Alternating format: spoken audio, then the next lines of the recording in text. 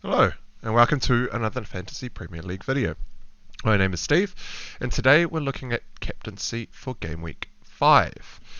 To start with, we'll talk about the man in form, and Haaland, who scored a hat-trick against Crystal Palace at the weekend. Now, for those of you who may not be aware, Pep was asked about Haaland in a press conference last week. And Pep's words were along the lines of Haaland will only be playing one game per week when he was asked about the hectic fixture schedule that was coming up. So Haaland has so far started all the games but been pulled at the 70 to 80 minute mark. Last week I think he made it through to 83 minutes. But with only 3 days rest since the Crystal Palace game before they go to before they host Nottingham Forest, he may not start this match. Now, Pep didn't say obviously when he was going to rest him. He just said that he would only play one game per week. And considering he was played Crystal Palace on the weekend and they have another fixture coming up 2 days after the Nottingham Forest fixture, you would probably a betting man would probably guess that Haaland would be rested for the slightly easier fixture against Nottingham Forest, and they will probably try their new man Alvarez up front. And so, for most of you out there that do own Haaland, you probably be a little bit weary of captaining him unless you're absolutely certain that he's going to start. Now, I don't think we'll get any early team news for this because their games are on the second day of play. So you probably won't know from Pep whether or not he starts or not. And so therefore probably not the best captain option in your teams this week in case he does start on the bench and only comes off for the last 20 minutes if they need him. I mean, if Man City are already winning 3-0, 4-0 at 70 minutes, I'm not even sure Haaland will make it onto the pitch. They may just rest him fully for the following weekend with job done, because in the past, in the games, in the first 4 game weeks, they have kept Haaland on the pitch up until the point that the game was securely won, and that's when they pulled him off. And so they may not even bring him on if the game's already done and dusted. However, if it's maybe like a 1-0 and things are looking a little bit sketchy for some reason, I don't see why they would be, but potentially maybe they are in this fixture, then Haaland might come on for the last 20 minutes, and if you do captain him, you may captain a single solo point for the weekend. Of course, the man could quite obviously start too, and if he does start, Nottingham Forest is by far the best fixture this weekend in terms of captaincy. And so I suppose that's the gamble that you have to weigh up in your minds. For me, I don't have Haaland. My Man City option is De Bruyne. Now, he is definitely locked in for the 90 minutes. He pretty much starts every match. Him and Cancelo are the two most locked players in the Man City outfit. This is actually the reason why I went KDB over Haaland, because I was aware that Haaland's minutes were going to be managed at the start of the season, which they were. And now that it's come to the hectic schedule period, I suspect Haaland will be managed even more. And so this is the period in which I think De Bruyne will hopefully steal a march in terms of points over the top of all the Haaland players out there. Now, De Bruyne did sit a lot deeper against Crystal Palace, and that was because Crystal Palace actually did have a good go at Man City. For teams that are going to try and sit back and limit the onslaught when they play against Man City, those teams will find they will not maintain possession at all. Man City will absolutely dominate possession. This will allow De Bruyne a much more free role, which will push him further up the pitch and get him in and around the box a lot more frequently. This did not happen against Crystal Palace because he was quite often having to drop in deep to do more defensive duties, and the quality of Crystal Palace's attack meant that he was playing more of a, not your box-to-box midfielder, but probably more like your defensive box to slightly over halfway, like halfway between halfway and the box of of the other end of the pitch, which is not at all far enough forward to be getting in amongst the goals, and still quite far back to even be the last man that assists. He ended up being the assister of the assister, I think. And and so that is kind of worrying me in terms of this game. However, I don't think Nottingham Forest are going to come out and have a go at Crystal Palace, at Man City like Crystal Palace did. But if they do, they're not as strong as Crystal Palace, and you probably find Man City will just play around them, and it'll probably make it a little bit too easy for them. So I'm suspecting Nottingham Forest to sit deep and try and play on the counter, which will put Bruyne a lot further up the pitch. But also, I had a quick look at some defensive stats for team data on the Fantasy Football Scout website.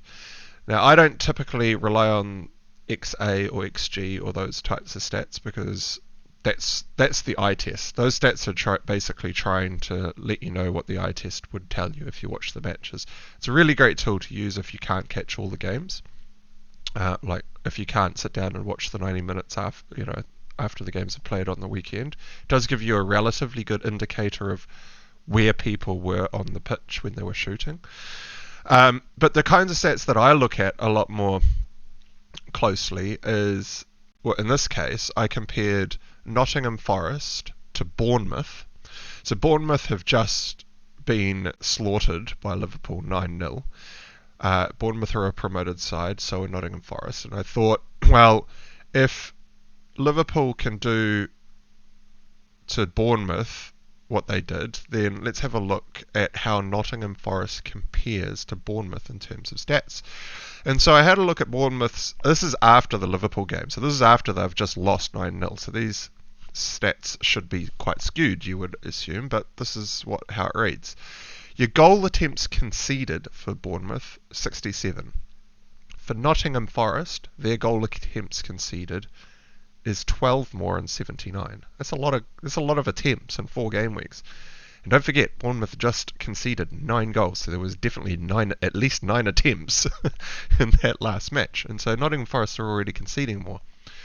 Goal attempts in the box conceded. Bournemouth 43, Nottingham Forest 46. So these are worse stats as well. Obviously the difference of goal attempts outside the box is just the negative on the 79 or 67, so we won't go into that. But the open play goal attempts conceded, Nottingham Forest 61, Bournemouth 43. Now, this just goes to show that Nottingham Forest are giving up as many opportunities as Bournemouth were, including the match against Liverpool, which is pretty good reading for Man City. Now, if Haaland is not on the pitch, where do the goals come from? My guess is they're going to play Foden on one of the wings, and if they don't play Haaland, there'll be Alvarez up front, and maybe what they do is they bring in Mahrez on the right to provide another known quantity from the Premier League that can score goals.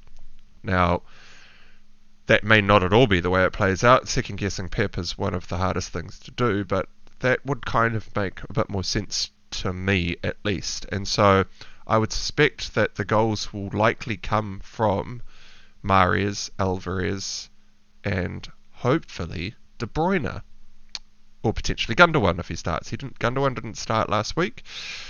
And so with that amount of attempts that Nottingham Forest are leaking, it is at Man City's home ground as well. So Man City will be playing in front of their home crowd.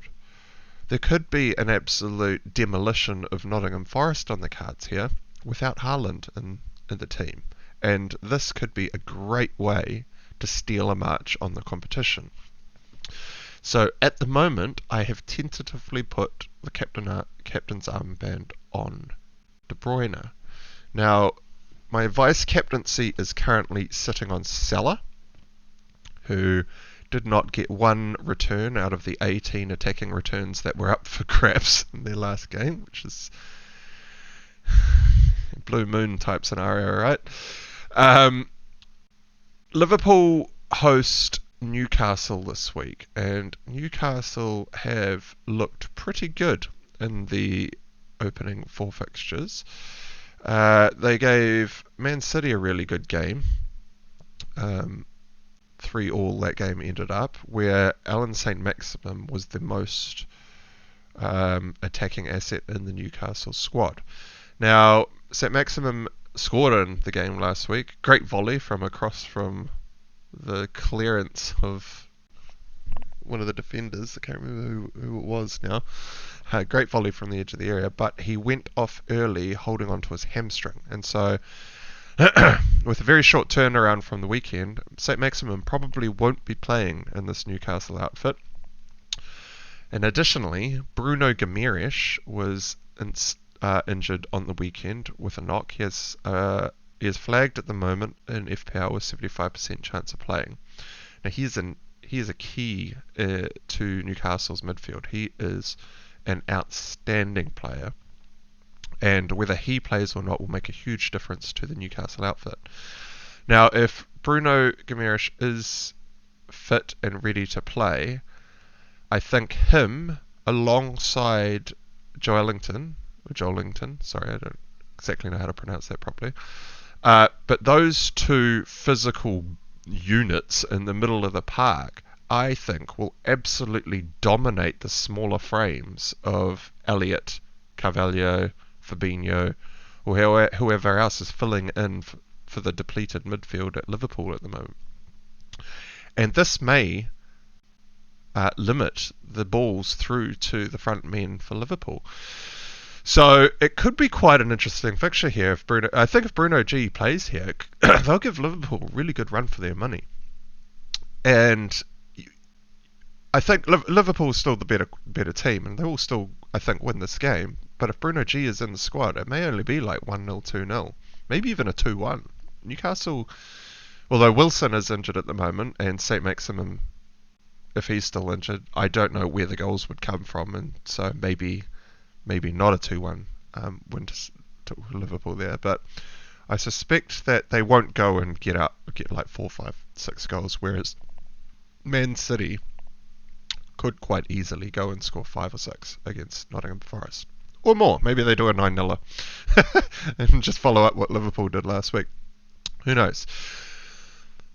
The issue with Salah, though, is everyone that has Haaland and is engaged in FPL will know about the comment from Pep, and that will deter them from captaining Haaland this week, which means everyone that's got a Haaland Salah double up will probably captain Salah. Most of these players will also have Jesus in their team, and so potentially a few of those players do go and captain Jesus instead of Salah, but I would suspect that most people will captain Salah when they're looking at a Salah-Haaland combo. And so Salah's EO this week is going to be pretty crazy, and that is probably the only fear factor point for the decision of captaincy this week. As I talk about it, I think Man City are going to score a lot more goals this weekend than Liverpool will, and I just try and captain the player from the team that's going to score the most goals, because then you've just got more chance of being in amongst those attacking returns. And so at the moment, my captaincy is almost certainly locked into De Bruyne with the vice captaincy on Salah. But there is a big EO consideration to make here. I mean, the people who went against EO last week got really, really lucky and did phenomenally well in terms of rank. Obviously, if you play that scenario out over about 38 fixtures, it won't continue going that way, but every now and then you do have to pull out a slight differential to get yourself a bit of a boost, and if you're going to do it, use a premium asset and do it against a promoted side, I suppose, or some sort of team that is looking very defensively frail, like Leicester, or something like that. Now, quickly moving along to Jesus. Jesus is still owned by about 80-odd%. He's up to 81.3% of owners, and so he having done quite well in the first 4 game weeks already, and having a lot of Gunners fans out there in the 9.8 million players playing the game, all of which who will own Jesus, you will probably find Jesus will have quite a high EO in terms of captaincy this week as well. Now, Aston Villa have conceded 7 goals in their opening fixtures to date, which is quite a lot. But they are particularly weak on set pieces, and so I see Arsenal probably winning this game 2-0, maybe 3-0. I don't see Aston Villa scoring here. But I suspect that these goals will probably come from set pieces. So those of you out there that are holding on to Gabriel or Saliba, you may find that they pop up with a clean sheet and a goal this weekend. Could pull in a monster haul. Aston Villa just don't know how to defend on corners or set pieces, and so those two will have probably have a field day if they get found by the deliveries. But given that it's just going to be a 2-0 or 3-0, and these goals are not, going to be spread around, I think they're probably going to come from set pieces, of which Jesus may score from a set piece, but you'd probably pick your taller, more physical lads as your more likely candidates scoring from those situations. I don't see Jesus coming away with a monster haul here, and so is probably not the greatest captain option this week. Now, players that are not in my team, Spurs have travelled to London Stadium for the London Derby against West Ham this week. And in a derby match, anything can happen. No holds barred, everything can go. The crowd will be absolutely electric. That will lift the players on the pitch, both in terms of the visiting team and the home team. But for the visiting team, any of your little touches that are not quite pristine and it's a little bit off or whatnot, the crowd will definitely let you know about it, and will put that just that much more pressure on you as a player and your team as a whole, and will also boost the home team advantage. This is why home and away fixtures are so key. The crowd plays a massive role. Now, Kane scored 2 and missed a penalty last weekend. Could have had a hat-trick. Instead, he gets a -2 for the miss on the penalty. Now, he could be a great captain option this week. Now, I'll detail a couple of reasons that may hold you back. He's a very good differential, because I see a lot of goals, probably 4+ goals in this game. Maybe like a 2-2, 3-2, like 3-2 either way, maybe. I think it'll probably be end-to-end football. It'd be a great match to watch if you can catch that fixture. Kane, though, missed a penalty last weekend, and if Tottenham earn another penalty this weekend away in a derby match at London Stadium, having that miss fresh in your mind is probably the worst time to take a penalty. And so if he gets a penalty in this match, he may potentially miss it again. Like, odds on he will score, but there's just that much more added pressure in the derby situation, and the fact that he's just missed in the weekend. I mean, he'll be pretty happy that he's already scored 2 goals, but he'll be a bit gutted that he missed the penalty, and it's messed his record up a little bit, and he didn't quite nab the hat-trick because of it. And so if he's standing in front of like 80,000 screaming fans, he could very easily miss that penalty. And so I wouldn't deter anyone from picking a captaincy option just because he may get a penalty and miss it. That would be terrible strategic analysis. But these little things do add up. I would say Salah's probably still a better captaincy shout than Kane this weekend. However, he could be a really cool differential to go with. I would say he'd be, for a captaincy shouts, he would be like your diehard Spurs supporter. If you're a Spurs supporter out there, you should probably be captaining Kane this week. Just for the London Derby. Make that game a whole bunch more interesting for you Kane backers out there. Son is still an absolute no-go for captaincy, and is still not looking like the Son we know and That is all I will say about that. There's no need to go into that any further. But for the final captaincy option, I am going super differential for my last recommendation in Fernandes at Manchester United.